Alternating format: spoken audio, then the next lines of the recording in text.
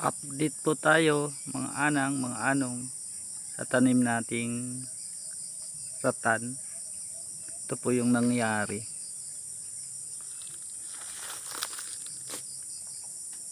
Nakapanglulumo po.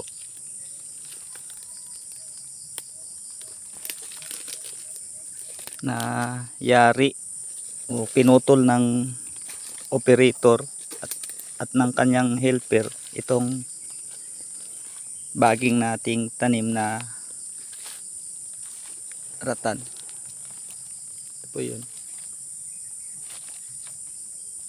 Mula nang nagputol sila rito ng mga niyog na gagawing kukulamber, utos ng anak ng landlord o may-ari ng lupa.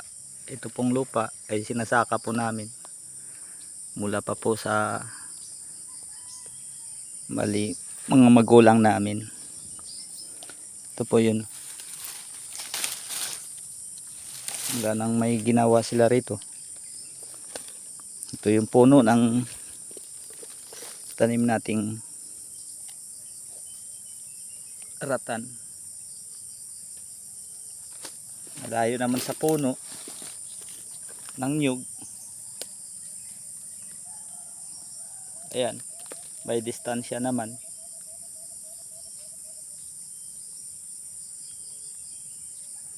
Inabuso.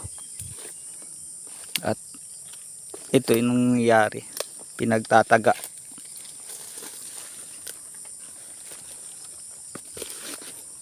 Ayan. Ito naman yung sa tagal na po ng tanim natin ditong ratan, almost 20 years na natin tong pinalagaan, pinaakyat sa tanim nating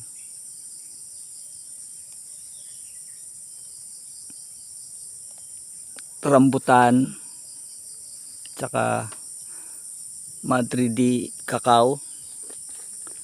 Nagtanim din tayo dito ng